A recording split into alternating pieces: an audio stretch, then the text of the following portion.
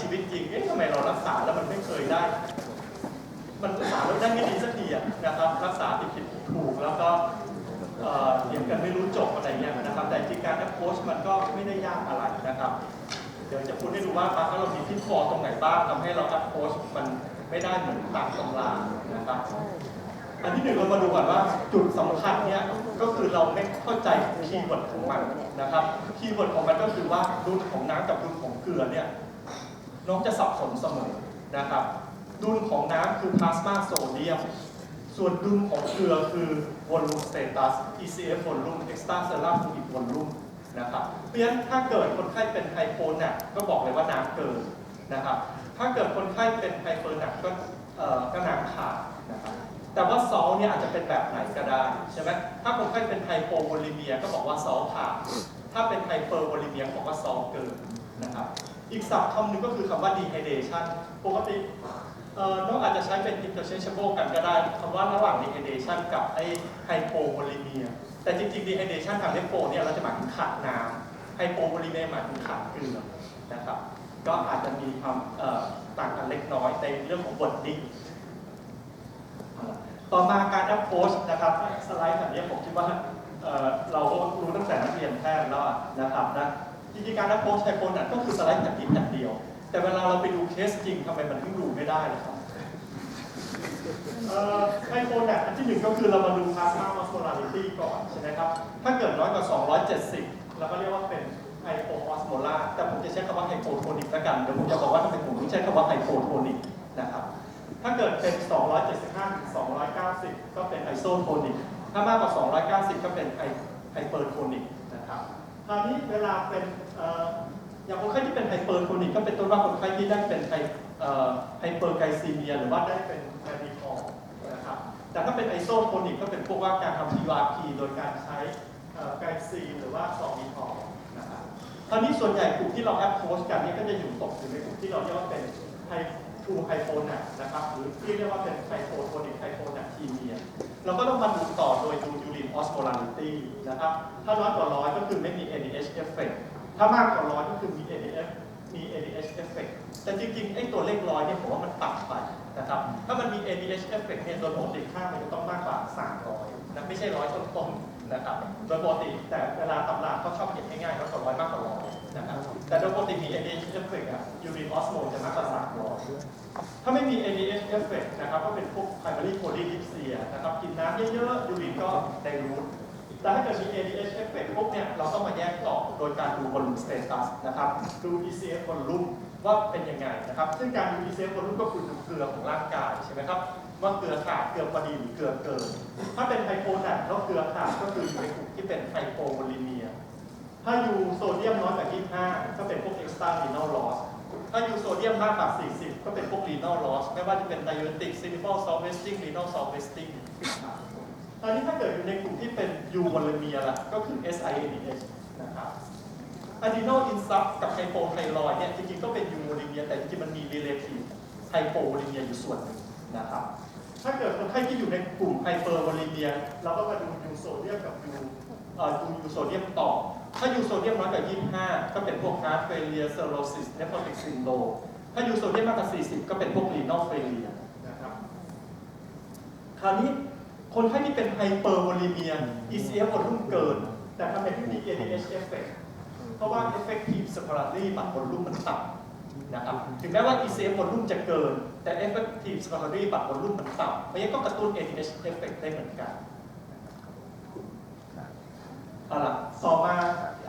อีกอันนึงก็คือพวกซูโดไฮโปหนักนะครับแต่คราวนี้สมัยก่อนนี้ถ้าเกิดเราใช้เป็นพวกเฟรมโฟโตมิเตอร์วัดเนี่ยมันอาจจะมีผลแต่ถ้าเกิดเราใช้เป็นพวกไอออนซีเลคทีฟอิเล็กโทรดวัดมันก็จะไม่ค่อยมีผลละนะครับเนี่ยทุกวันนี้ไอ้พวกไฮเปอร์แลปิดีเมียไฮเปอร์โปรตีนีเมียก็จะไม่ค่อยมีผลเท่าไหร่พวกซูโดไฮโปหนักทีเมียนะครับมันเป็นเกี่ยวข้องกับวิธีการวัดคราวนี้เราจะ investigation อะไรบ้างในคนไข้ไฮโปเนี่ยบางครับผมเห็นน้องสั่งออเดอร์เยอะมากเลยนะสั่งไว้ก่อนนะแล้วก็ลืมไม่รู้สั่งไปทำไมเยอะแยะขนาดนั้นนะครับสั่งเยอะมากเลยลอกมาแปลผลอะไรก็ไม่รู้ครับคราวนี้ ปกติแน่นอนในเลือดเราอาจจะเจาะดูพลาสมาออสโมลาริตี้ดูบัตรชูการ์ดูเบียนคิตานีนะครับส่วนยูรีนแล้วก็ดูออสโมสเปกหรือว่ายูรีนอิเล็กโทรไลต์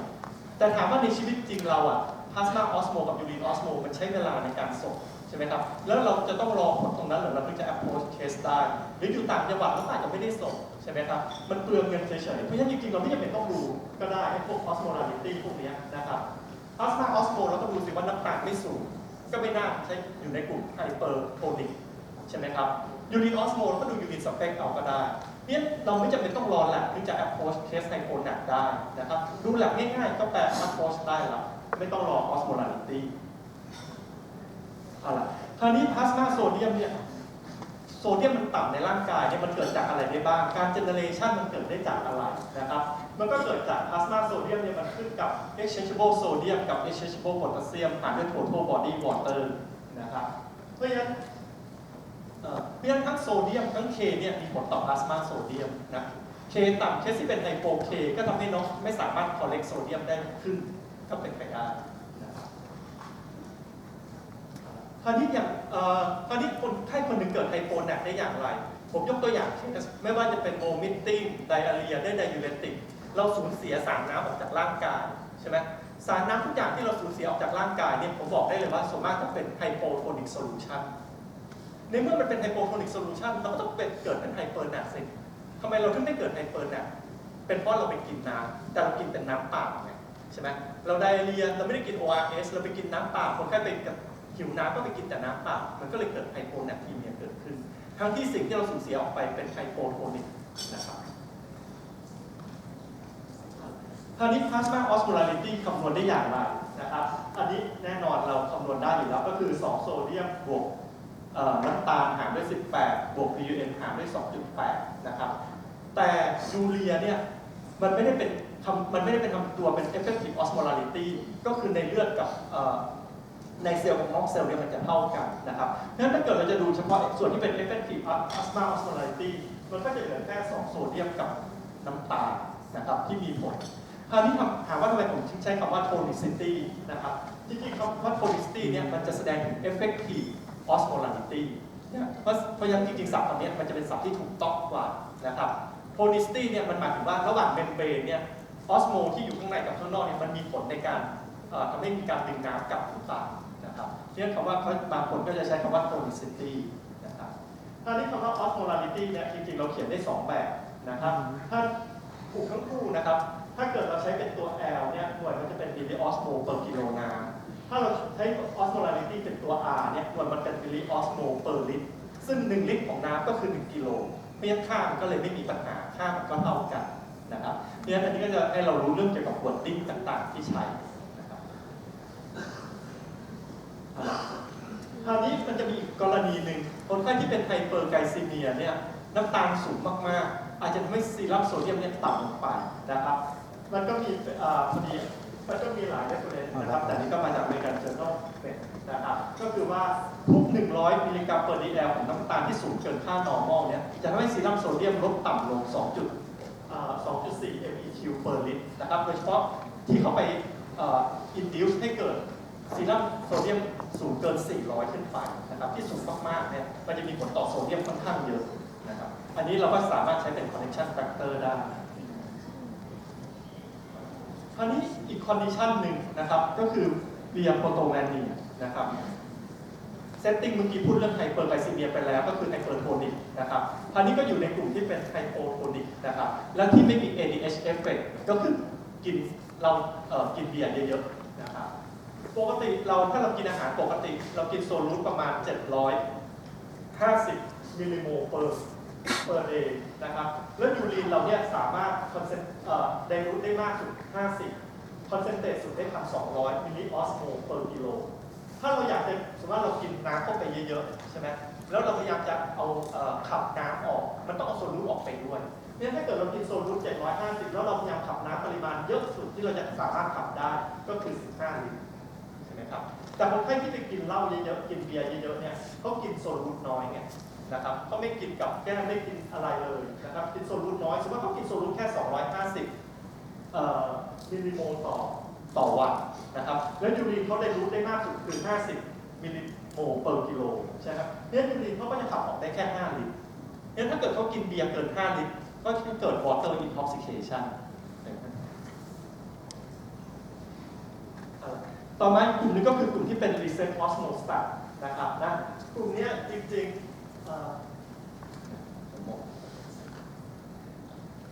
ซีรัมโซเดียมเขาเนี่ยจะต่ำลงกว่าค่า normal นะครับแต่มันจะต่ำไม่มากมันจะ reset อยู่เป็นต้นว่าอยู่ที่ 125 ถึง 130 MEQ per litre นะครับซึ่ง threshold ของการหลั่ง NADH เนี่ยมันจะลดลงนะครับ setting เนี่ยพบใน setting ไหนได้บ้างที่เป็น reset osmostatic นะครับก็คือคนไข้ที่เป็น pregnancy นะครับคนไข้ที่ pregnancy เนี่ยHCG เนี่ยมันจะไปเอฟเฟกต์ต่อ osmoreceptor ทำให้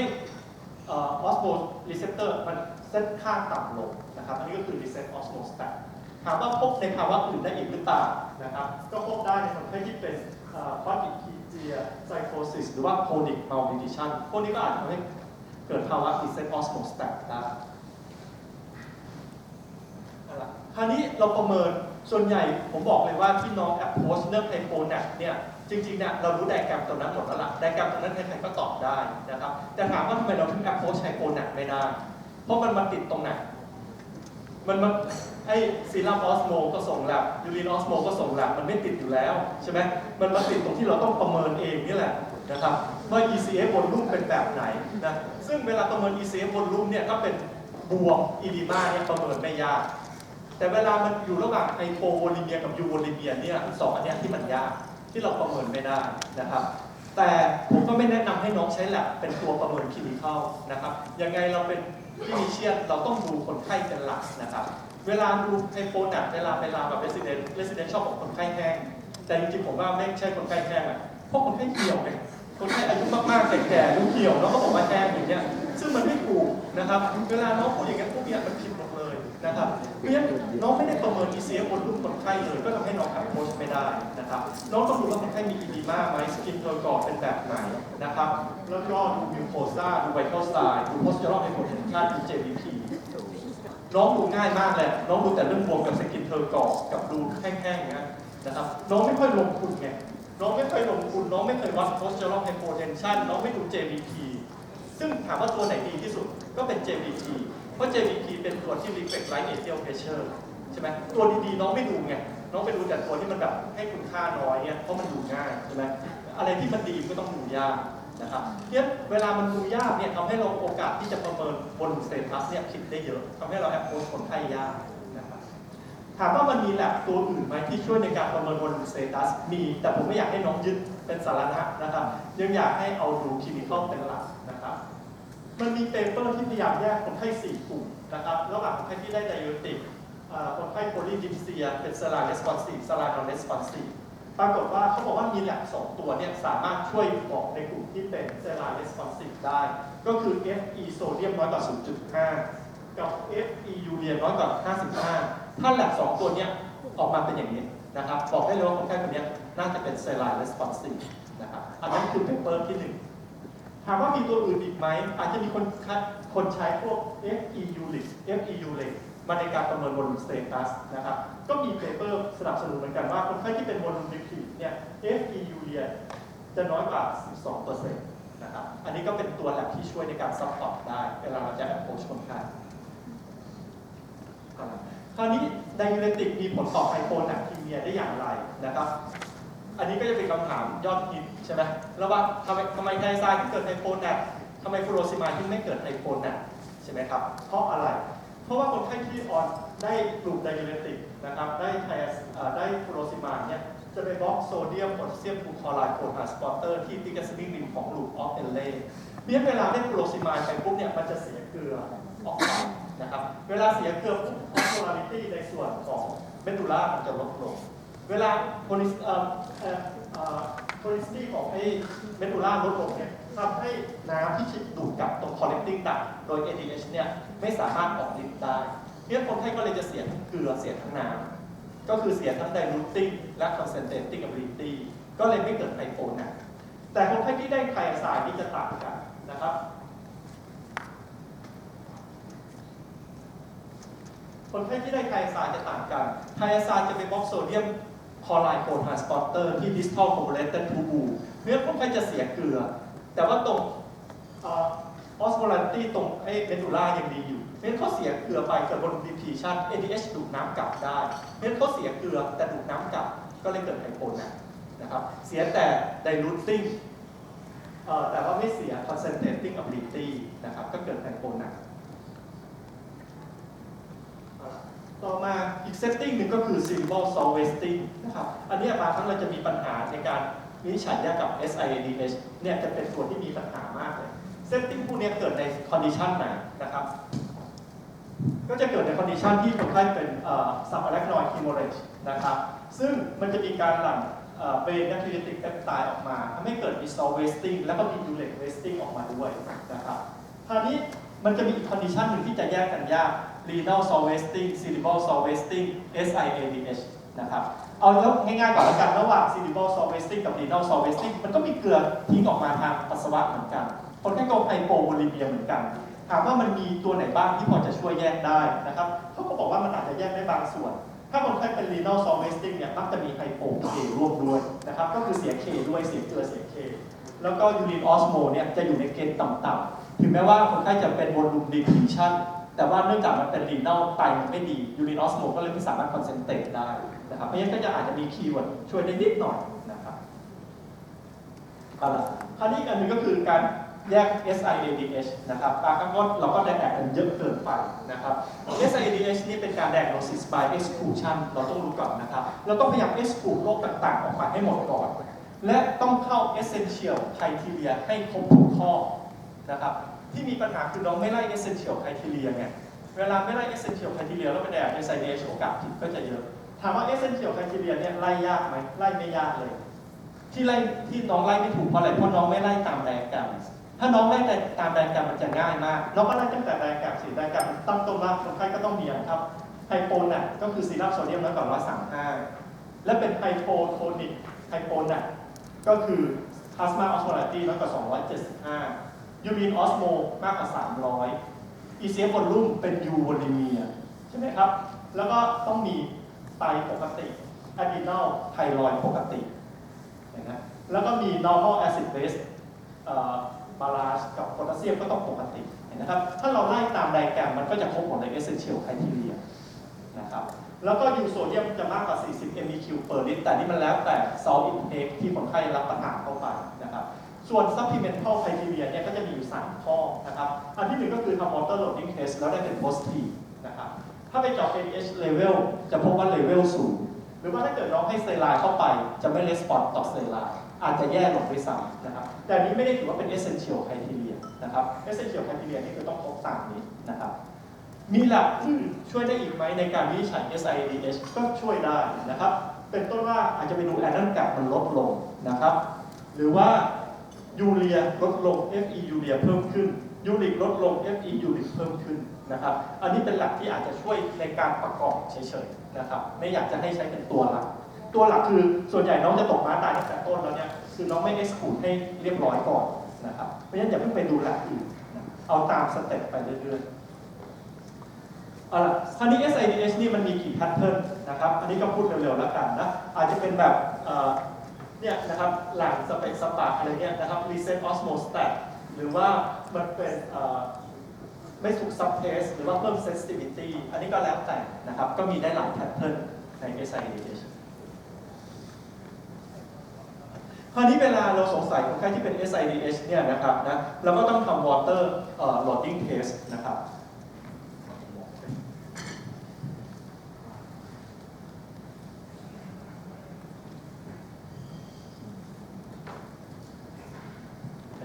เราก็มาทำ water loading test นะครับอันที่หนึ่งเราคือเจาะหลัก baseline ของ electrolyte ไว้ใช่ไหมครับแล้วเราก็ให้น้ำคนไข้กิน20 cc ต่อกิโลออรัลภายใน20 นาทีนะครับแล้วก็เรคคอร์ดยูรีนทุกชั่วโมงเป็นเวลา4 ชั่วโมงที่2เนี่ยถ้าเรากินน้ำเพียงพอเนี่ยยูออสโมจะต้องต่ำกว่า100นะครับแล้วหลังจากนั้นที่4 ชั่วโมงเราก็ไปดูยูออสโมอีกทีนึงนะครับแล้วก็วัดโวลุ่มอีกทีนึงถ้าใน normal subject เนี่ยเรากินน้ำเข้าไปเยอะต้องขับน้ำออกใช่ไหมครับเนี่ยที่4 ชั่วโมงเนี่ยจะต้องขับน้ำออกมากกว่า 65% นะครับหรือ 80% ที่ 5 ชั่วโมงถ้าขับน้ำไม่ออกก็คือเป็น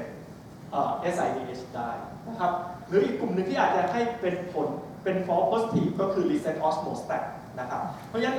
เวลามันได้ผลเป็นปกติเนี่ยอาจจะเป็น normal subject ก็ได้หรืออาจจะเป็น reset osmostat ก็ได้นะครับเพราะฉะนั้นอันนี้ต้องระวังนิดนึงคราวนี้ที่จะมีปัญหาก็คือว่าเวลาเราประเมินบนสเตตัสไม่ได้ระหว่างกลุ่มที่เป็นไฮโปโวลิเมียกับยูโวลิเมียเนี่ยทำให้น้องไม่สามารถ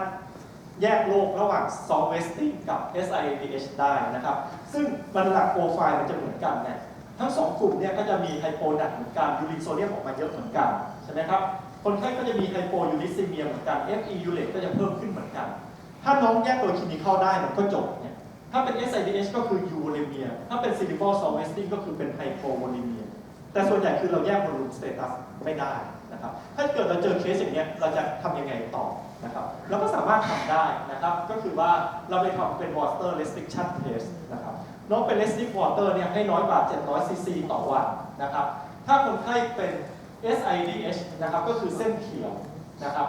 หลังจากเราไปให้คนไข้อดน้ำเนี่ยซีรัมโซเดียมจะกลับขึ้นมาอยู่ในเกณฑ์ปกติจากไฮโปนัทจะขึ้นมาปกตินะครับยูริกที่ต่ำก็จะกลับมาปกติ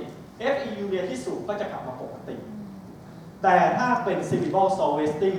แน่นอนเราไปอดน้ำซีรัมโซเดียมขึ้นมาปกติจริงแต่ FE ยูริกกับยูริกเนี่ยจะคงเดิมไม่เปลี่ยนแปลงนะครับเพราะฉะนั้นอันนี้ก็สามารถทำได้แต่ผมบอกได้เลยว่าในชีวิตจริงเนี่ยเวลาเราทำ water restriction test แล้วเนี่ยจะทำยากมากเพราะคนไข้จะกินข้าวแล้วก็จะกินน้ำอย่างอื่นร่วมด้วยเนี่ยต่อให้ทางทฤษฎีเนี่ยมันแยกได้แต่ทางปฏิบัติเนี่ยบางครั้งเราไม่สามารถ restrict ได้700 จิตนะครับจะยากเรื่องอีกอันหนึงก็คือเราอาจจะถ่ายทรีทเมนต์ก็ได้ถ้าน้องถ่ายทรีทเมนต์ด้วยการให้เซไลน์แน่นอนกลุ่มที่เป็น cerebral soil wasting ให้เซไลน์ก็ต้องดีขึ้นถ้าเป็น SIDH อาจจะแย่ลง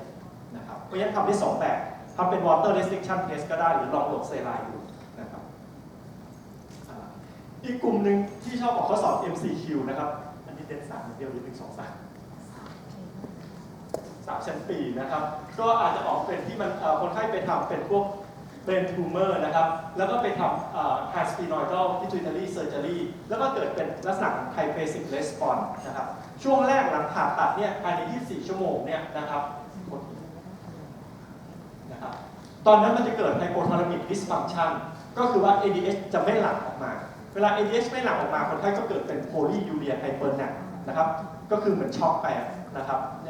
น5 วันแรกหลังจากช็อกไปเสร็จปุ๊บเนี่ยหลังจากที่เราไปเซอร์เจอรี่เราไปทำลายทิชชูมันเกิด damage ออกมาใช่ไหมครับ ADH ก็จะหลั่งออกมาเยอะเฟสที่ 2 ก็จะเป็น SIADH เฟสนะครับยูรีนจะลดลงจะเกิดเป็นไฮโปนัทนะครับเฟสนี้ก็จะระหว่าง day 6 ถึง day 11นะครับและหลังจากนั้นทิชชูที่มัน damage หลั่ง ADH ออกมามันก็หมดแล้วนะครับคนไข้ก็กลายเป็น permanent damage ก็กลายเป็นcentral DI นะครับก็เป็นบอลติดชนิดที่เป็น complete central DI คนไข้ก็จะมาด้วย polyuria และ hypernatremia อีกครั้งหนึ่งนะครับอันนี้ก็คือเป็น typical ของ triphasic response แต่บางครั้ง typical นี้มันก็ได้เจอไม่บ่อยนะครับก็เจอจากในข้อสอบนะเอาล่ะครับนะครับคราวนี้อาจจะมีบางคำถามนะครับที่ชอบถามกันก็คือว่าไฮโปไทรอยด์อะดรีนัลอินซัฟทำให้เกิดไฮโปนัทรีเมียได้อย่างไรนะครับอันนี้ก็เป็นคำอธิบายนะครับว่าคนไข้ที่ขาดคอร์ติซอลเนี่ยจะทำให้ systemic blood pressure ลดลง cardiac output ลดลง renal blood flow ลดลงนะครับโดย mechanism จริงๆเนี่ย unknown นะครับและตัวADH เนี่ยมันก็เป็น ACTH secretory กับCRH นะครับเนี่ยเวลากระตุ้นการหลั่ง ACTH มันก็จะหลั่ง ADH ออกมาด้วยทำให้มีการดูดน้ำกลับทำให้เกิดไฮโปนัทรีเมียนะครับนอกจากนั้นคนไข้ที่เป็น adrenal insult เนี่ยนะครับก็จะมี diarrhea มี vomiting มี renal sodium loss อาจจะเกิดจากการขาดอัลโดสเตอโรนร่วมด้วยก็เป็นปัจจัยเสริมที่ทำให้เกิดไฮโปนัทในคนไข้ที่เป็น adrenal insult ซึ่งพวกนี้เวลาคนไข้เป็น adrenal insult น้องรักษาด้วยเซไลน์เนี่ยจะได้ผลอยู่ช่วงหนึ่งจะขึ้นมาสมมติจาก120อาจจะขึ้นมา125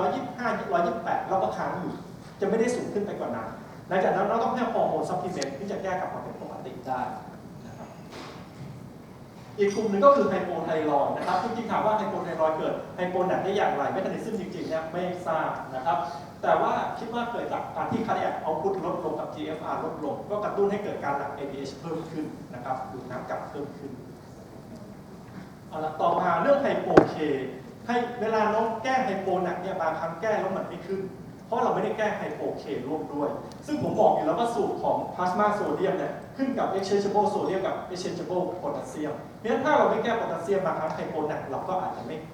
ม่หายนะครับอีกอันนึงก็คือคนไข้ที่เป็นไฮโปเคเนี่ยจะมีเคชิปออกจากเซลล์เพราะฉะนั้นโซเดียมก็เลยชิปเข้าไปในเซลล์ทดแทนอันนี้ก็เป็นสาเหตุเสริมที่ทำให้คนไข้เกิดเป็นไฮโปแนททีเมียเกิดขึ้น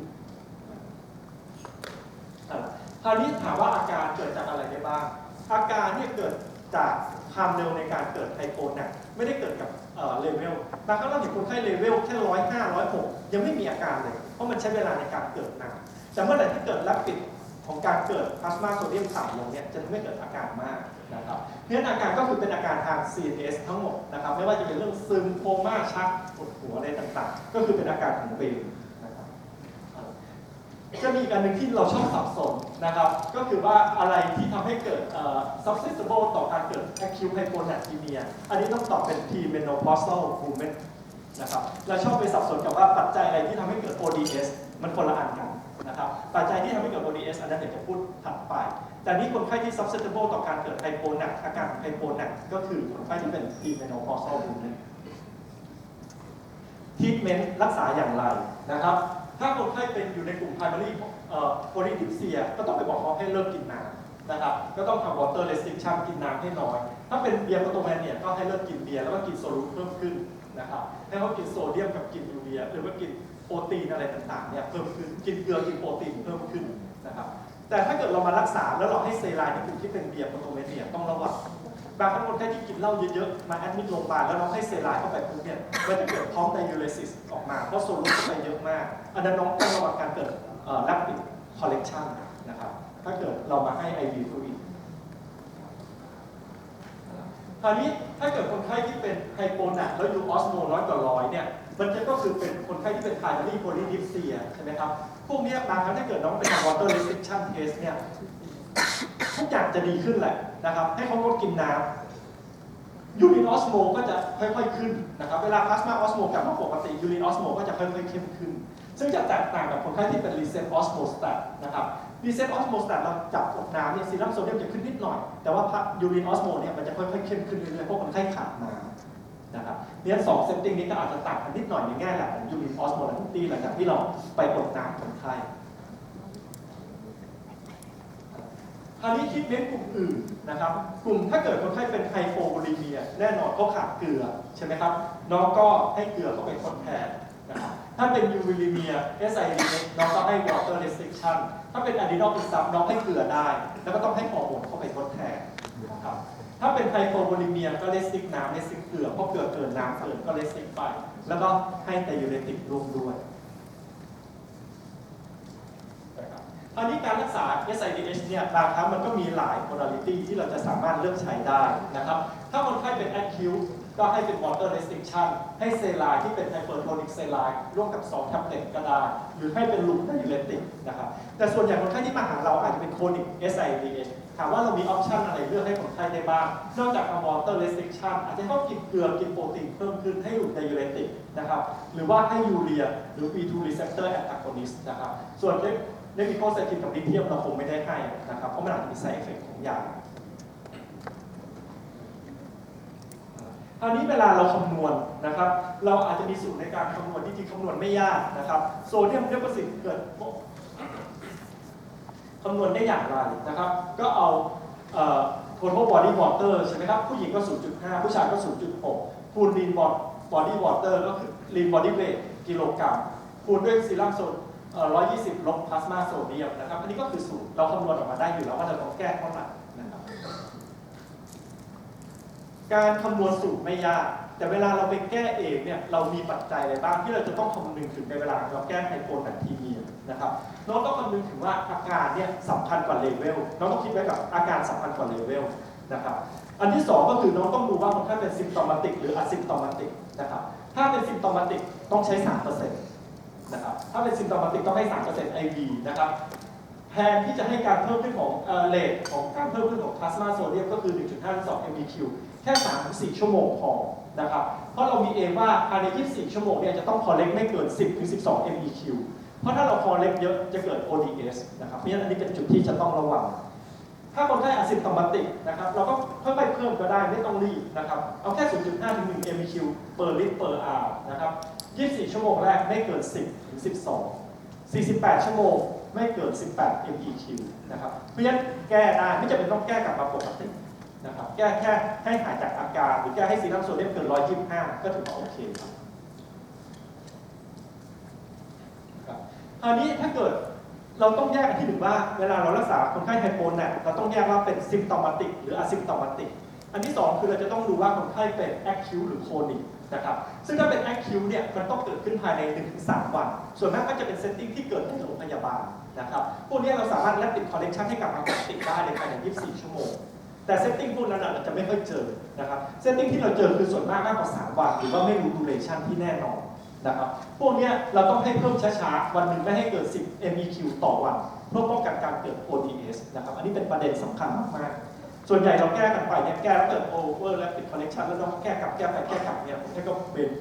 บวมๆยุบๆอะไรเงี้ยนะครับส่วนใหญ่มีปัญหาตลอดผมแค่ไม่เคยแก้กลับนะครับเดี๋ยวจะบอกให้ว่าทำไมเราถึงไม่จำเป็นต้องแก้กลับนะครับที่เราทำไมเราต้องแก้ไปแก้กลับอยู่ตลอดเวลาเพราะเราไม่ follow up คนไข้ได้เร็วพอน้องแก้วันนี้แล้วน้องไป follow up แลบวันรุ่งขึ้นโอกาสที่น้องจะผิดพลาดเนี่ยเยอะมากตั้งแต่ที่1วินิจฉัยผิดคำนวณผิดเรทผิดได้สารพัดอย่างเลยนะครับเนี่ยโอกาสที่มันมีผิดพลาดเยอะเนี่ยสิ่งที่สำคัญที่สุดคือต้อง follow up ให้เร็วนะครับถ้าคนไข้ acute มากมีอาการซีเวียร์มาก follow up ภายใน 2-4 ชั่วโมงถ้าไม่ซีเวียร์มาก follow up 4-6 ชั่วโมงอย่างน้อยที่สุดการแก้ครั้งแรกแล้ว follow up แลบต้องถัดมาดูแนวโน้มแล้วว่าแก้ถูกต้องนะครับไม่เร็วเกินไปไม่ช้าเกินไปเนี่ยการ follow up แลบเนี่ยสำคัญที่สุดนะครับอันที่2เวลากับ resident แก้แล้วมันไม่ขึ้นแก้แล้วมันไม่เป็นไปตามที่เราคิดแล้วน้องก็จะเปลี่ยนการวินิจฉัยใหม่ทุกวันนะให้ผมจากเคสเดียวกัน3 วันเวลา3 วันก็เป็น3 การวินิจฉัยเปลี่ยนไปเรื่อยๆนะครับน้องอย่าเพิ่งไปเปลี่ยนการวินิจฉัยน้องต้องวินิจฉัยไฮโปหนักสาเหตุเดิมแต่เวลามันไม่ขึ้นเนี่ยมันมีหลายสาเหตุนะครับการที่ซีรัมโซเดียมมันไม่ขึ้นเนี่ยน้องไปรีวิวทีเมนต์ก่อนเพราะว่าอันที่1มาเราสั่งเป็นเซไลน์80 cc per hour วันนึงควรจะได้2 ลิตรปรากฏว่าเข้าไปแค่ลิตรเดียวหรือวันหนึ่งควรจะได้เซไลน์2 ลิตรแต่ปรากฏว่ากิน BB กับกินน้ำเข้าอีก2 ลิตรมันก็กลายเป็นไฮโปโทนิกโซลูชันเนี่ยเวลาเราแก้ไม่ขึ้นอย่าเปลี่ยนการวินิจฉัยไปรีวิวทรีทเมนต์กับว่าได้ตามต้องการหรือเปล่านะครับส่วนใหญ่จะเป็นจากทรีทเมนต์ที่ไม่ได้ตามต้องการอันที่2วินิจฉัยเนี่ยอย่าเพิ่งไปเปลี่ยนนะครับให้ไปเปลี่ยนอันหลังสุดไปรีวิวทรีทเมนต์ให้ดีๆนะครับ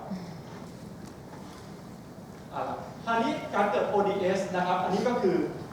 ช่วงแรกคนไข้เป็นไฮโปหนักใช่ไหมครับน้ำก็ต้องซึมเข้าไปในเบนบวมเบนอะแดปยังไงขับโซลูตออกจากเซลล์เอาน้ำออกจากเซลล์เบนก็กลับมาปกติเพราะฉะนั้นต่อให้ซีรัมโซเดียมต่ำมากเบนอะแดปได้ไม่เกิดปัญหาแต่เวลาเบนกลับมาปกติปุ๊บน้องไปแก้เร็วน้องเอาโซเดียมไปโหลดเยอะๆ 3% ไปโหลดเยอะๆน้ำจากในเบนก็จะลีกออกมาที่ในเวสเซลเบนก็เหี่ยวก็เกิดชิงเกจนะครับก็เลยเกิด ODS อันนี้ต้องระวังเมื่อถามว่าการเกิด ODS เนี่ยลิสต์ของการเกิด ODS เกิดในคนไข้กลุ่มไหนก็กลุ่มที่เป็นอะไรพวกที่ไม่มีออสโมไลท์ที่จะอยู่ในเบนเซลล์ที่จะดึงน้ำไว้พวกไหนล่ะที่ไม่มีออสโมไลท์ที่จะอยู่ในเบนเซลล์ที่จะดึงน้ำไว้ก็คือพวกที่เป็นขาดโพแทสเซียมไฮโปเคเนี่ยพวกนี้ก็ทำให้เกิดเป็นลิสต์ของการเกิด ODS พวกไหนที่ไม่สามารถสร้างอะมิโนแอซิดกับอินอซิทอลในเบนเซลล์ได้พวกโคนิกมัลนิทิชันพวกโคนิกแอลกอฮอลิซึมอันนี้ก็คือ risk factor ของ ODSนะครับ risk factor เมื่อกี้ผมพูดไปแล้วนะครับก็คือเราแก้เร็วนะครับมากกว่า12 mEq ต่อวันพลาสมาโซเดียมเกิน140ภายใน2 วันหรือคนไข้มีไฮพ็อกซิกเบนนะครับคนไข้ที่มีมัลนิทิชันเบิร์นโคนิกแอลกอฮอลิซึมพวกนี้เป็น risk ของการเกิด ODS นะครับคราวนี้เวลาเกิด rapid over correction ก็จะเกิด ODS ตามมาคนไข้ก็จะมีอาการของ CNS นะครับเดิมเนี่ย conscious แย่แก้ไฮโปแนตดี conscious กลับมาดีเกิด ODS conscious แย่กลับไปใหม่นะครับแล้วก็อาจจะเกิดว่าดีเพเจียโคม่าได้คราวนี้เวลาเกิด rapid over correction จริงๆผมไม่ค่อยอยากให้น้องมาจนถึงสไลด์แผ่นนี้นะมันไม่ควรจะแก้ให้เกิด rapid over correction ส่วนเดี๋ยวนี้เกิดบ่อยมากคุณน้องแก้กันหนักมือมากเลยนะแล้วน้องไม่พอรับคนไข้ทีแล้วเราต้องไปแก้กลับซึ่งการแก้ไปแก้กลับมันก็ไม่ได้เป็นสิ่งที่ดีนะครับแล้วถามว่ามันก็มีเคสนะครับว่าเวลาเราจะเป็นต้องแก้กลับเนี่ยเราก็ให้เป็นไฮโปโทนิกให้เป็นวอเตอร์ร่วมกับ DDAVP ก็จะสามารถช่วยได้แต่ไม่ควรให้มันเกิดนะครับต้องรับหลักให้ที เรื่องไฮเปอร์แนปอีกสัก20 นาทีนะครับเพราะฉะนั้นเรื่องไฮโปแนปเนี่ยจะเป็นเรื่องที่ยากกว่าแอปโพสจริงๆไม่ยากแต่เวลารักษาจริงเนี่ยมันมักจะไม่ได้เป็นตามที่เราคาดหวังไว้นะครับอันนี้มาดูเรื่องไฮเปอร์แนปทีเมียนะครับไฮเปอร์แนปทีเมียก็คือพลาสมาโซเดียมมากกว่า145 mEq ต่อวันนะครับคุณออสโมเข้าไปแล้วเป็นไง2โซเดียมก็คือออสโมก็คือเกิน290ใช่ไหมครับอันนี้แน่นอนสูตรก็ยังเหมือนเดิมพลาสมาโซเดียมเท่ากับ exchangeable โซเดียมของ exchangeable โพแทสเซียมหารด้วย total body water เพื่อถ้าดูจากสูตรเนี่ยคนถ้าจะเกิดไฮเปอร์แนปเกิดจากอะไรได้บ้างอันที่หนึ่งคือได้โซเดียมโหลดใช่ไหมแต่โพแทสเซียมแน่นอนผมว่าคุณไม่เกิดโพแทสเซียมโหลดแน่นอนถ้าเกิดโพแทสเซียมโหลดปุ๊บเนี่ยมันจะเกิดอะริทเมียเดฟก่อนที่จะเกิดไฮเปอร์แนปนะครับเนื้อส่วนใหญ่ก็จะเกิดจากการได้โซเดียมโหลดหรือว่าเสียฟรีวอเตอร์นี่เกิดอยู่2อย่างโซเดียมโหลดหรือเสียฟรีวอเตอร์คราวนี้ถามว่าแต่ส่วนใหญ่นี่สาเหตุส่วนใหญ่บอกได้เลยว่าส่วนใหญ่เกิดจากการเสียฟรีวอเตอร์นะครับการเสียฟรีวอเตอร์เนี่ยเสียทางด้านไหนได้บ้างอาจจะเป็น insensible loss นะครับจากคนไข้ที่มีไข้มีเบิร์นหรือว่ามีการหายใจหอบขึ้นจากการมี infection ใน respiratory tract นะครับหรือว่าคนไข้อาจจะเสียทางไตในคนไข้ที่เป็น DI หรือคนไข้ที่ได้ osmotic diuresis อันนี้ก็จะมีการเสียวอเตอร์ทางไตนะครับทาง GI ก็เป็นต้นว่าไดอะเรียนะครับการได้โซเดียมโหลดก็คือคนไข้ที่ได้เป็นไฮเปอร์โทนิกเซไลน์หรือว่าได้โซเดียมไบคาร์บอเนตระหว่างการ CPR resuscitation อันนี้เราต้องมารู้ก่อนว่าปกติวันหนึ่งเนี่ยเรากินน้ำเข้าไปตรงไหนเพราะส่วนที่เป็น insensible loss เนี่ยจะค่อนข้างสำคัญนะครับบางครั้งเวลาเราแก้เนี่ยเราไม่ค่อยคำนึงถึง insensible loss ทำให้เราไม่สามารถแก้ได้ถูกต้องนะครับเรากินน้ำเข้าไปสมมติแล้วกันนะครับ1,400 ซีซีจากอาหารอีก850มันจะมีส่วนที่เกิดจาก oxidation เมตาบอลิซึมของร่างกายอีกประมาณ350 ซีซีนะครับรวมแล้วก็2,600ยูรีนออกไปแน่นอนดื่มน้ำมากขับออกทางยูรีนมากนะครับทางสกินเนี่ยจะเสีย insensible loss 500เห็นไหมเยอะนะนะครับยิ่งถ้าเกิดคนไข้เกิดไฮเปอร์เทอร์เมียหรือเกิดเบิร์นก็จะยิ่งเสียในส่วนนี้เพิ่มขึ้นนะครับ respiratory tract 350จากสตู200นะครับเพราะยังก็จะบาลานซ์กันได้ระหว่างเข้ากับออก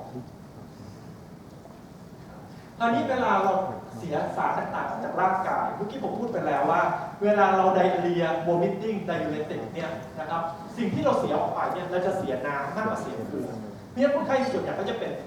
ไฮเปอร์แนปโดยตัวมันเองอยู่แล้วใช่ไหมยกเว้นคนไข้ไปเป็นไงครับไปกินแต่น้ำเปล่าเพราะคนไข้เสียวอลลุ่มเข้าไปเยอะๆคนไข้ไปกินแต่น้ำเปล่าคนไข้เลยเกิดไฮโปแนปแต่ถ้าเกิดคนไข้เสียออกไปพวกนี้ออกไปเยอะๆแต่คนไข้ไม่กินน้ำคนไข้ก็จะเป็นไฮเปอร์แนปนะครับยกเว้นคอเลรานะครับสารคัดหลั่งทุกอย่างที่ออกจากร่างกายเนี่ยบอกได้เลยว่าส่วนใหญ่จะเป็นไฮโปโทนิกโซลูชันทั้งหมดเหงื่อเราที่เค็มๆเนี่ยก็เป็นไฮโปโทนิกนะครับที่เป็นไอโซโทนิกก็คือคอเลราที่เหลือก็เป็นไฮโปโทนิกหมดเนี่ยคนไข้ที่เสียสารต่างๆออกจากร่างกายแนวโน้มต้องเป็นไฮเปอร์แนปโดยตัวมันเองอยู่แล้วใช่ไหมแต่ส่วนใหญ่จะมาได้ไฮโปแนปเพราะคนไข้ไปกินน้ำเมื่อไหร่กินน้ำไม่ได้ที่จะเกิดไฮเปอร์แนปนะครับเพราะคนไข้ที่เกิดไฮเปอร์แนปจะเกิดในเซตติ้งไหนนะครับเดี๋ยวเราจะพูดต่อไปเวลาเกิดซีรัมโซเดียมขึ้นในร่างกายเกิน145 plasma osmolarity ก็จะต้องเพิ่มขึ้น2โซเดียมก็คือ290เข้าไปแล้วเวลา plasma osmolarity เพิ่มขึ้นในร่างกายเกิดอะไรเกิดขึ้นนะครับก็จะเป็นกระตุ้นให้ดูดน้ำกลับไปกระตุ้น ADH ให้ดูดน้ำกลับที่ไตหรือเป็นกระตุ้น third center ที่ไฮโปทาลามิกให้มีการกระหายน้ำไปกินน้ำนะครับเพราะฉะนั้นคนไข้เลยไม่เกิดไฮเปอร์แนปนะครับเรื่องโอกาสที่จะเกิดไฮเปอร์แนปเนี่ยก็จะมีอยู่แค่3เซตติ้งเท่านั้นเองที่จะเกิดไฮเปอร์เรื่องไฮเปอร์แนปเนี่ยง่ายมากคนไข้จะเกิดไฮเปอร์แนปเนี่ยน้องไปดูสังเกตเลยอันที่หนึ่งคนไข้ต้องไม่กินน้ำจากเตอร์เซนเตอร์เสียเป็นพวกไฮโปดิปเซียคนไข้ที่คอนเชียสไม่ดีซึมฉีดยาซีเดตคนไข้ที่ไปหาน้ำกินเองไม่ได้เป็นต้นว่าออนเอสเปเรเตอร์ออนใส่ผิวอยู่หรือคนไข้ถูกผูกมัดหรือกลุ่มนึงก็คือกลุ่มอินแฟนบางครั้งคนไข้อินแฟนเนี่ยร้องไห้อย่างเดียวไงแต่ไปหยิบน้ำกินเองไม่ได้ถ้าเกิดเป็นไฮเปอร์แนปส่วนเซตติ้งผู้ใหญ่ของเราที่เป็น OPD case เนี่ยส่วนมากก็จะเป็นอยู่ในกลุ่มที่เป็น elderly ซึ่งเวรอาจจะไม่ดีไม่ค่อยได้ไปกินน้ำนะครับส่วนใหญ่ก็จะเป็น elderly น้องสังเกตดูนะคนไข้อีกอันหนึ่งที่เป็นยกตัวอย่างให้ดูก็คือคนไข้ที่เป็น complete central DI คนไข้ที่เป็น complete central DI เนี่ยปัสสาวะออกไปวันละ15 ลิตรคนไข้ก็ไม่เกิดไฮเปอร์แนปเพราะอะไรเพราะ conscious เขาดีเขาก็ไปกินน้ำเข้าไป15 ลิตรเหมือนเดิมเนี่ยซีรัมออสโมซีรัมโซเดียมเขาจะไม่ขึ้น ต่อให้ปัสสาวะออกไปเป็น10-15 ลิตรก็ไม่เกิดเพราะเติร์ดเซนเตอร์เขาดีเขากินน้ำได้คราวนี้เป็นเซลล์นะครับก็จะอธิบายคล้ายๆกับเรื่องของไฮโปแนทรีเมียนะครับเวลาคนไข้ที่เป็นไฮเปอร์แนทจะเป็นอย่างไรนะครับโซเดียมเพิ่มขึ้นในเลือดออสโมเพิ่มขึ้นในเลือดก็จะทำให้ดูดน้ำมีน้ำออกจากเซลล์เข้ามาในเลือดนะครับเซลล์ก็เหี่ยวลงนะครับเพียงเป็นเซลล์ก็เหี่ยวลงแต่ถ้าเกิดเป็นโครนิกไฮโปแนทรีเมียนะครับมันก็สามารถอะแดปได้โดยการพยายามเพิ่มออสโมไลท์อยู่ในเวนนะครับเพื่อที่ให้เวนเนี่ยกลับมาอยู่ในเกณฑ์ปกติเนี่ยคนไข้ที่เป็นไฮเปอร์แนทรีเมียถ้าเป็นโครนิกเนี่ยซีรัมโซเดียมจะขึ้นไป160 170บางครั้งอาการก็อาจจะไม่มีก็ได้นะครับเนี่ยขึ้นกับออนเซ็ตหรือว่าขึ้นกับลักปิดของการเกิดซีรัมโซเดียมที่เพิ่มขึ้นนะครับเพราะฉะนั้นอาการนะครับอาการก็เหมือนกับไฮโปแนทเลยก็คืออาการของ CNS ก็คือเป็นอาการของเบนนะครับก็คือเบนเหี่ยวนะครับเพราะฉะนั้นก็อาจจะมีอาการซึมได้สับสนได้โคม่าเดสได้เหมือนกันนะครับถ้าเกิดเบนมันเหี่ยวเร็วมากๆจากซีรัมโซเดียมที่มันขึ้นเร็วอาจจะเกิดจากอาจจะทำให้เกิดรับเจอของซีบัลเวนก็ได้นะครับทำให้เกิดเป็นโกลโคซิบัลฮิวเมอเรสหรือว่าสับอิเล็กตรอนฮิวเมอเรสไอ้พวกนั้นเกิดจากเบนที่มันเหี่ยวลงอย่างรวดเร็วนะครับก็คือไฮเปอร์แนทเกิดเร็วมากๆต่อมาเวลาเรา approach ไฮเปอร์แนทเนี่ยจะง่ายนะครับไฮโปแนทน้องยังมีตารางรูป approach ค่อนข้างยุ่งยากไฮเปอร์แนทเนี่ยง่ายมากนะครับอันที่หนึ่งก็คือได้โซเดียมลงอันที่สองก็คือเสียบฟรีวอเตอร์เป็นแค่2 เซตติ้งเท่านั้นเองนะครับเรื่องไฮเปอร์แนทบอกได้อย่างเดียวว่าเสียน้ำก็คือใช้คำว่า dehydration ซึ่งเสียน้ำเนี่ยอาจจะมีเสียเกลือร่วมด้วยก็ได้ ถ้ามีเสียเกลือร่วมด้วยก็เกิดไฮโปโวลิเมียแต่ถ้าเกิดได้เกลือเกินเข้าไปก็เป็นไฮเปอร์โวลิเมียนะครับเรื่องดุลของน้ำกับดุลของเกลือต้องแยกกันให้ชัดเจนนะครับเวลารักษาจะได้ง่ายคราวนี้ส่วนใหญ่เวลาเคสที่เป็นไฮเปอร์แนทเนี่ยการแอปโพสเนี่ยน้องจะให้จัดประวัติไม่ต้องแทบจะไม่ต้องส่งแลบเลยประวัติก็บอกได้อยู่แล้วว่าคนไข้เนี่ยเสียน้ำไปทางไหนหรือว่าได้เกลือเพิ่มขึ้นหรือเปล่านะครับเนี่ยส่วนใหญ่เนี่ยได้จากประวัติอยู่แล้วง่ายตรวจร่างกายก็บอกได้จาก ECF วอลลุ่มแล้วก็ดูไป EDMA JBP ต่างๆนะครับแลบก็คือแน่นอนพลาสมาโซเดียมเพิ่มขึ้นถ้าน้องจะดูแลบน้องอาจจะได้ยูรินสเปกกับยูรินออสโมก็อาจจะช่วยบอกได้นะครับแต่แลบจริงๆไม่ค่อยจำเป็นเท่าไหร่นะครับอย่างคนไข้ที่เสียน้ำเสียเกลือนะครับก็จะมีไฮโปโวลิเมียยูรินโซเดียมก็จะต่ำถ้าคนไข้ได้โซเดียมลงก็จะเป็นไฮเปอร์โวลิเมียยูรินโซเดียมก็จะขึ้นนะครับอันนี้ก็ตรงไปตรงมาอีกอันหนึ่งนะครับยูรินออสโมจะมาช่วยในการ approach ไฮเปอร์แนทได้ตรงไหนบ้างนะครับน้องดูได้นะครับถ้าเกิดคนไข้เป็นไฮเปอร์แนทยูรินออสโมออกมาน้อยกว่า300อันนี้ส่วนใหญ่ก็จะเป็นทางด้านcomplete central DI หรือว่า complete nephrogenic DI นะครับถ้ายูออสโมอยู่ระหว่าง300 ถึง 800เป็นพวกนี้ก็เป็นพวก partial central DI partial nephrogenic DI หรือเป็นพวกที่เป็น osmotic diuresis นะครับแต่ถ้ายูออสโมมากกว่า800เนี่ยพวกนี้กลุ่มใหญ่ที่เราเจอนะครับส่วนใหญ่ก็คือคนไข้เป็นไฮเปอร์แนทแล้วยูออสโมออกมาเยอะๆก็คือคนไข้ไม่ดื่มน้ำนะครับหรือว่าเป็น insensible loss ไม่ว่าจะเป็นจากทางด้าน GI หรือว่าทางด้านไหนก็ตามแล้วไม่ได้น้ำรีเพลซเข้าไปยูออสโมก็จะมากกว่า800หรือเกิดจากการที่ได้โซเดียมหลบเข้าไปในร่างกายมากอีกอันหนึ่งนะครับที่พูดในเรื่องของไฮเปอร์แนทรีเมียก็คือเรื่องโพลียูเรียนะครับเพราะว่าคนไข้ที่เป็นเซนทรัล DI คนไข้ที่เป็น DI ก็จะมีไฮเปอร์แนทกับโพลียูเรียนะครับเพราะฉะนั้นวันนี้ก็จะพูด approach เรื่องโพลียูเรียนิดหน่อยนะครับเวลาเราเจอเคสโพลียูเรียเนี่ยอันที่หนึ่งเราต้องให้ได้ definition ก่อนว่าปัสสาวะเกิน3 ลิตรต่อวันจริงไหมคนไข้อาจจะบอกว่าปัสสาวะบ่อยแต่ปัสสาวะบ่อยถ้าวอลลุ่มไม่มากก็ไม่ได้เรียกว่าเป็นโพลียูเรียนะครับเพราะฉะนั้นปัสสาวะบ่อยปัสสาวะกลางคืนไม่ได้บอกว่าเป็นโพลียูเรียเสมอไปต้องคำนวณให้ได้ก่อนว่ามากกว่า3 ลิตรซึ่งจะบอกว่าเป็นโพลียูเรียนะครับแล้วจากนั้นเรามาดูต่อว่าเป็น water หรือว่า solute diuresis นะครับดูอย่างไรนะครับก็ดู urine osmolality ถ้าน้อยกว่า150ก็เป็น water ถ้ามากกว่า300ก็เป็น solute ถ้าอยู่ระหว่างกลางก็เป็น mixed water กับ solute diuresis นะครับอันที่2ก็คือดู urine osmo หารด้วย plasma osmolality ถ้าน้อยกว่า 0.9 ก็เป็น water diuresis มากกว่า 0.9 ก็เป็น solute diuresis นะครับอันที่3ก็คือดูร่วมกันระหว่าง U osmo กับ FE osmo ร่วมกับ FE osmo เดี๋ยวจะให้ดูในสไลด์ถัดไปมี3สเต็ปนะครับเวลาเจอเคสที่เป็นโพลียูเรีย นะครับ3 สเต็ปอันที่1คือแดกให้ได้ก่อนว่าเป็นโพลียูเรียจริงอันที่2ดูให้ได้ว่าเป็นวอเตอร์หรือโซลูทอันที่3ถ้าเป็นวอเตอร์หรือโซลูทแล้วค่อยเป็นวินิจฉัยโรคต่อไปว่าวอเตอร์คืออะไรโซลูทคืออะไรนะครับทำ3 สเต็ปคราวนี้การดูระหว่างยูรินออสโมหาเป็นพลาสมาออสโมลาริตี้กับ FE ออสโมลาริตี้และการแปรผลนะครับถ้า U ออสโมต่ำหาเป็น P ออสโมเนี่ยน้อยกว่า 0.9 FE ออสโมก็น้อยกว่า 3 อันนี้ก็บอกได้เลยว่าเป็น water diuresis นะครับถ้ามากกว่า 0.9 กับมากกว่า 3 ก็บอกเลยว่าเป็น solute diuresis นะครับถ้าเกิด U ออสโมต่อ P ออสโมน้อยกว่า 0.9 FE ออสโมมากกว่า 3% เป็น mixed diuresis นะครับถ้า U ต่อ P ออสโมมากกว่า 0.9 FE ออสโมออกมาน้อยอันนี้ก็คือคนปกติที่เราสามารถ concentrate ยูรินได้ทำให้ยูรินออสโมเข้มข้นขึ้นได้แล้วก็มีการขับออสโมออกมาในปัสสาวะน้อยนะครับอันนี้ก็คือ normal subject นะครับ FE ออสโมก็คำนวณจาก U ออสโมคูณพลาสมาคิตตินินคูณ100หารด้วย P ออสโมคูณยูรินออสโมนะครับคราวนี้เวลาเราดูเนี่ยนอกจากหลักพวกเนี่ยที่เราพยายามจะแยกระหว่างโซลูทกับ water diuresis มันมีหลักอื่นอีกไหมที่สามารถช่วยเราได้นะครับยูรินสเปกก็ช่วยได้ถ้าน้องเห็นยูรินสเปกต่ำๆก็คิดไว้เลยว่าเป็น water diuresis นะครับหรือน้องอาจจะเอา U ออสโมคูณยูรินวอลลุ่มก็ได้สมมติว่าผมบอกว่า U ออสโมออกมาเท่าไหร่ U ออสโมออกมา300มิลลิออสโมต่อกิโลน้ำยูรินออกมา3 ลิตรคูณกันแล้ว300คูณ3 ลิตรก็ได้900ใช่ไหมครับเพราะฉะนั้นถ้าเกิดเกิน900เราก็บอกได้เลยว่าต้องมีออสโมออกมาในปัสสาวะเพิ่มขึ้นนะครับเพราะฉะนั้นน้องก็ออสโมคูณกับยูรินวอลลุ่มก็บอกได้แล้วว่าคนไข้มีออสโมขับออกมาทางปัสสาวะเยอะหรือเปล่า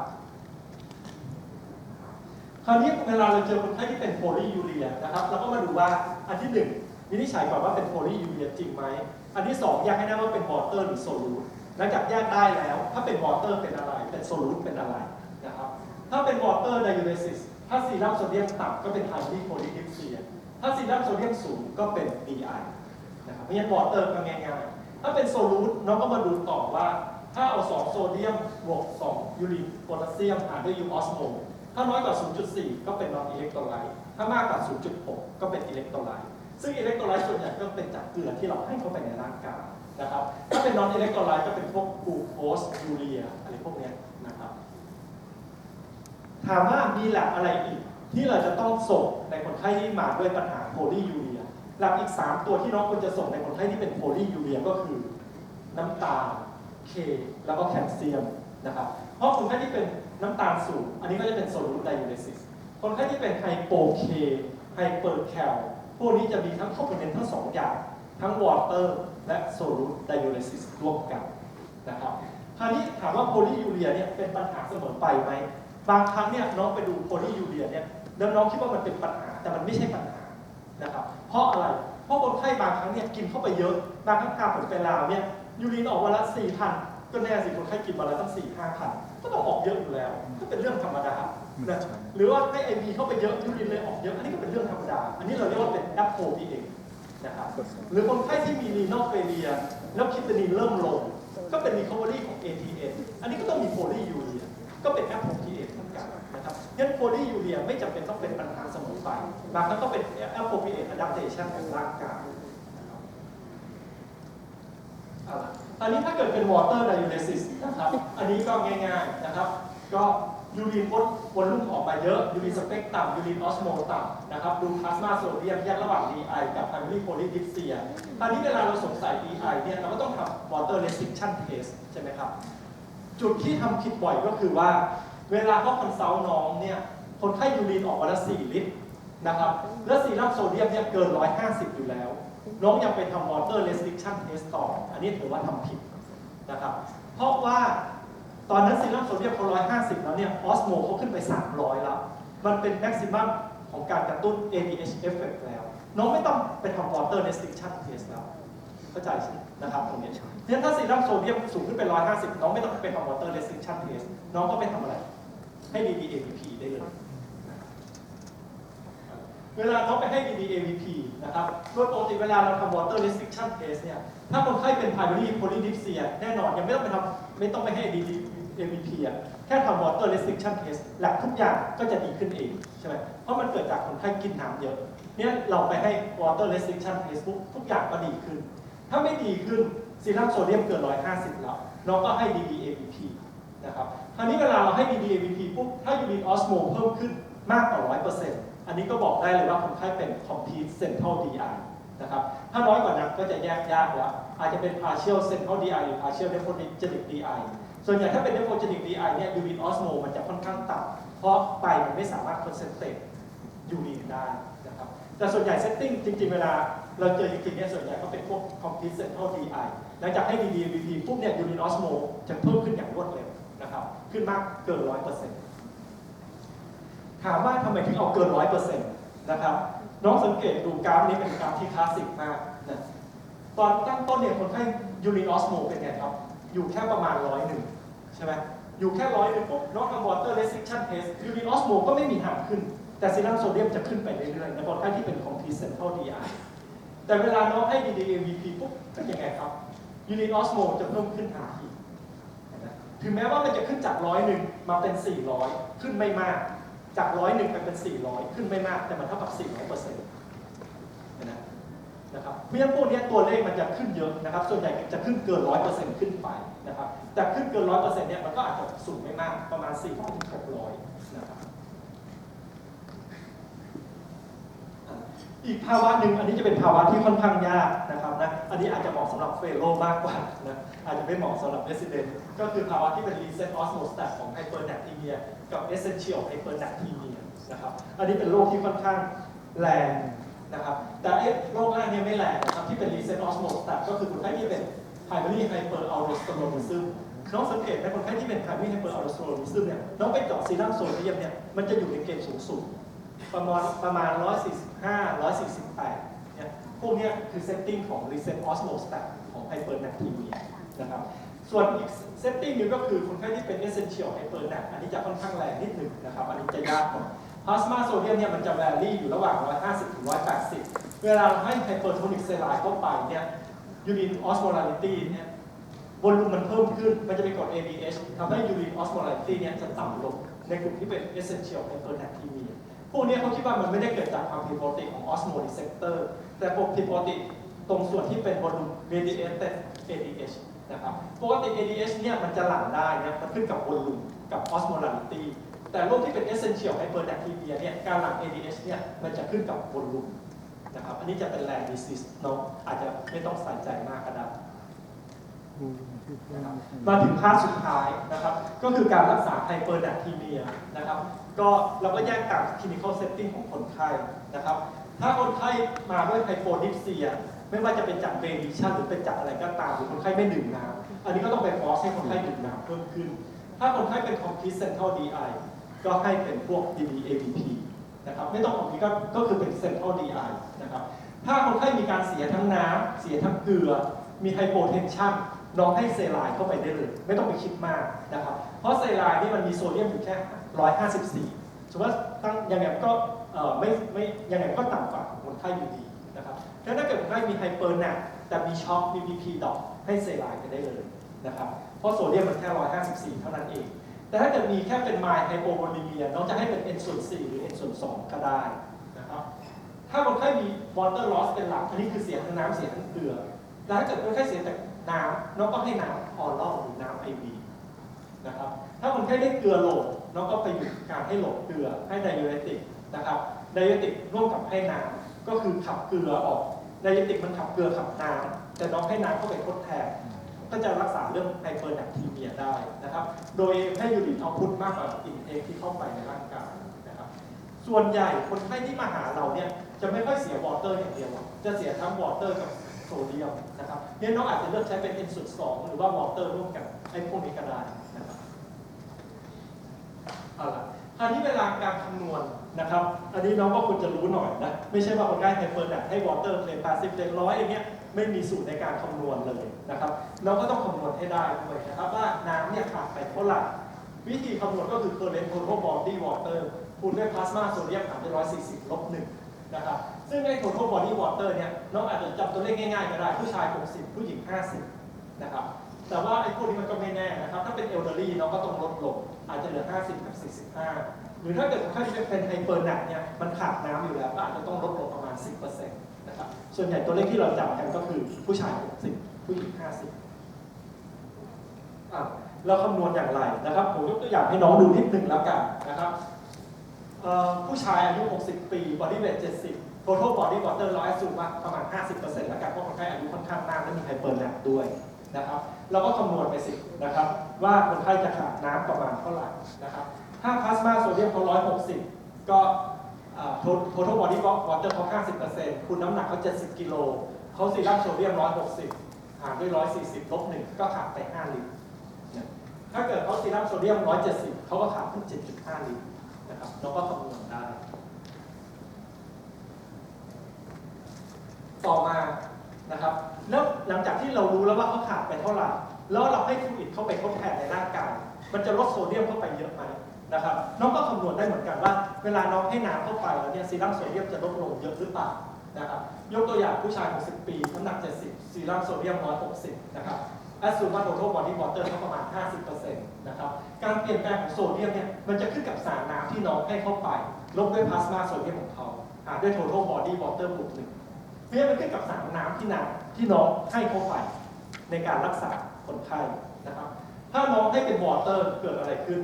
ถ้าน้องให้เป็นวอเตอร์อินฟิวเซตโซเดียมกับโพแทสเซียมก็ต้องเป็น0ใช่ไหมครับเพราะน้องให้เป็นวอเตอร์วอเตอร์มันไม่มีโซเดียมไม่มีโพแทสเซียมเพราะฉะนั้นเวลาเราให้วอเตอร์เข้าไป1 ลิตรเนี่ยซีรั่มโซเดียมจะลดลง 4.4 นะครับถ้าน้องให้เป็นฮาล์ฟสเต็งนะครับในฮาล์ฟสเต็งจะมีโซเดียมปกติถ้าเป็นเซไลน์แล้วก็มีโซเดียม154ใช่ไหมครับฮาล์ฟสเต็งก็มี77เพราะฉะนั้นโซเดียมก็จะลดลงแค่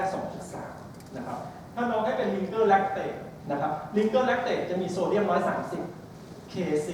เพราะฉะนั้นโซเดียมก็จะลดแค่ 0.7 นะครับนี่มันขึ้นกับสารน้ำที่น้องใช้ในการรักษาคนไข้ด้วยว่าจะลดซีรั่มโซเดียมได้มากน้อยแค่ไหนนะครับอีกอันหนึงก็คือว่าสารน้ำที่เรารักษาคนไข้เนี่ยบางครั้งมันไม่ได้ไปอยู่ในเวสเซลทั้งหมดนะครับมันขึ้นกับสารน้ำที่น้องให้เข้าไปถ้าน้องให้เป็นวอเตอร์เนี่ยบางครั้งมันจะอยู่ใน ECF วอลลุ่มเนี่ยแค่ 40% ถ้าน้องให้วิงเกอร์แลคเตตหรือเซไลน์มันอาจจะอยู่ตั้ง 90% ถึง 100% นะครับมันขึ้นกับสารน้ำด้วยเนี่ยน้องเห็นไหมเวลารักษาไฮโปแลคไฮเปอร์แลคเนี่ยมันมีปัจจัยอย่างมันมีปัจจัยหลายอย่างเต็มไปหมดเลยไม่ว่าจะเป็น total body water ขึ้นกับสารน้ำขึ้นกับเหล็กเนี่ยมันทำให้โอกาสเนี่ยผิดพลาดได้ค่อนข้างเยอะนะครับผมเลยบอกน้องว่าจุดสำคัญคือน้องต้องโฟล์อัพแลบให้ทีนะครับเพราะคำนวณไปเนี่ยโอกาสผิดพลาดก็จะเยอะนะครับอันนี้ผมผ่านไปแล้วกันนะครับนะว่าไม่ผ่านทีเดียวนี่สำคัญเพราะว่านี้คือการรักษาคนไข้จริงนะครับคนไข้80 ปีน้ำหนัก 50 กิโลนะครับมาด้วยฟลูไลซิมตอมมีไดเรียคอนฟิวชั่นกลัวสกินเพอร์ก่อแต่ว่าความดันค่อนข้างดีนะครับพลาสมาโซเดียม174นะครับยูรินออสโม600นะครับเพราะฉะนั้นคำนวณวอเตอร์เดฟซิตคำนวณอย่างไรนะครับคนแก่แล้วผมก็เลยให้แค่ 0.4 พอเพราะอายุมากแล้วก็ไฮเปอร์แลคด้วยผมเลยให้ total body water แค่ 40% คุณน้ำหนักเขานะครับคุณด้วยซีรั่มโซเดียมหาร140ลบ1เพราะฉะนั้นเขาขาดไป5 ลิตรคนไข้คนนี้ขาดอยู่5 ลิตรแล้วเราจะแก้อย่างไรนะครับสมมติว่าผมบอกว่าคนไข้นี้อาการเนี่ยผมต้องการแก้แค่เนื่องจากคนอายุมากผมต้องการลดเรทของแค่ 0.5 mBq ต่อลิตรต่อชั่วโมงนะครับผมก็เอาต้องการลดลงอันนี้เท่าไหร่ครับคนไข้จาก140มา174ก็คือเพิ่มขึ้น34 mBq แก้แค่ 0.5 เพราะฉะนั้นก็ใช้เวลาแก้68 ชั่วโมง68 ชั่วโมงก็เอา 5,000 ซีซีหารด้วย68 ชั่วโมงก็75 ซีซี per hour ใช่ไหมครับ75 ซีซี per hour ต้องคำนวณ insensible loss อีก40 ซีซี per hour ก็เป็น115 ml นะครับแล้วหลังจากนั้นเวลาเราแก้เนี่ยนะครับถ้าน้องแก้ด้วย n ส่วน 4มันก็จะเป็น free water 3 ใน 4ก็จะเป็นเซไลน์1 ใน 4นะครับเนี่ยเรทวอเตอร์ที่น้องให้จาก115เนี่ยถ้าน้องให้เป็น n ส่วน 4เพราะคนไข้ไดอาเรียเสียทั้งน้ำเสียทั้งเกลือน้องให้เป็น n ส่วน 4เราก็ต้องคูณ10 ส่วน 3เข้าไปก็จะเป็น150 ซีซี per hour เรื่องการคำนวณมันมีหลายสเต็ปนะครับแต่อย่างไรก็ตามการแก้เนี่ยนะครับน้องต้องแก้ทั้ง3ส่วนนะส่วนที่ deficit ส่วนที่เป็น insensible loss และส่วนที่ ongoing loss นะครับต้องแก้ทั้งหมดทั้ง3ของพาร์ทเนี่ยอันนี้การแก้เนี่ยนะครับไม่ยากนะถ้าเป็นแก้คิ้วก็คือเกิดภายใน24 ชั่วโมงซึ่งโอกาสเกิดยากมากนะครับอันนี้ก็แก้กลับมาเป็นปกติได้เลยภายใน24 ชั่วโมงส่วนมากก็คือเป็นโคนิก100 ทั้ง 100นะครับเป็นโคนิกหรือว่าไม่รู้ดูเรชั่นที่แน่นอนน้องแก้วันหนึ่งไม่ให้เกิน10-12 MEQ นะครับต้องกันเบนบวกเว เวลาแก้ไฮโปหนักระหว่างเบรกเหี่ยวเวลาแก้ไฮเปอร์หนักระหว่างเบรกบวกนะครับเพราะฉะนั้นสิ่งที่สำคัญที่สุดก็คือ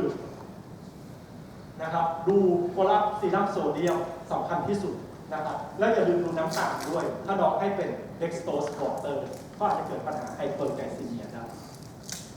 ก็จบพอดีนะครับเรื่องเหมือนกันเลยมีคำถามอาจารย์อำนาจไหมคะ มีไมโครโฟนอยู่ตรงนั้น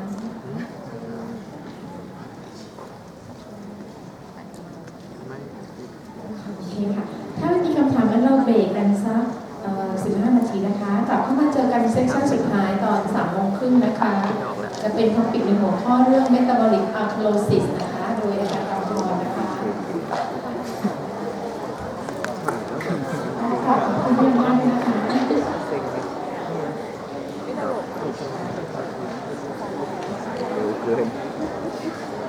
ต้องหาที่24 ชั่วโมงตรงนี้พอจะได้เอา12 ถึง 24เขาได้0.5 มาด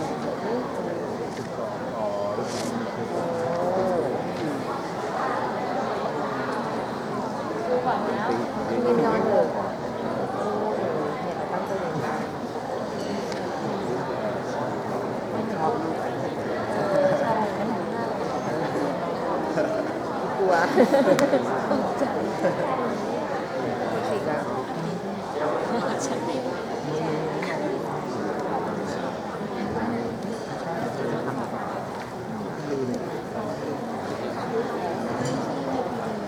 ช่วงที่ไม่ทันเลยใหญ่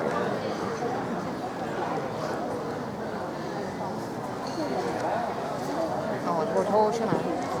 อ๋อแล้วเขายอมเล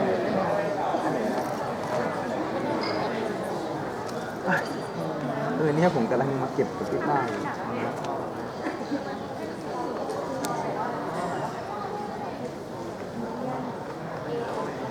ตูมเลยใช่ไหมไปป่ะไปไหนอ๋อแต่ต้องระวังเซฟตี้เป็นแค่ทำมาได้ทีนึ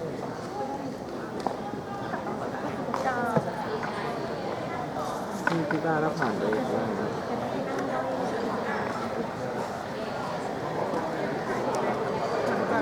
อันนี้แหละผมกำลังปั่นกับพี่นะดูอันนี้ไม่ทันเหมือนกันพริกเราดูดิที่มาปางไม่ทันมันมีอันที่มันเป็น classification มีก่อนหน้านั้นก่อนหน้านั้นคือก่อนหน้าแล้วมันจะมีอันที่เป็น classification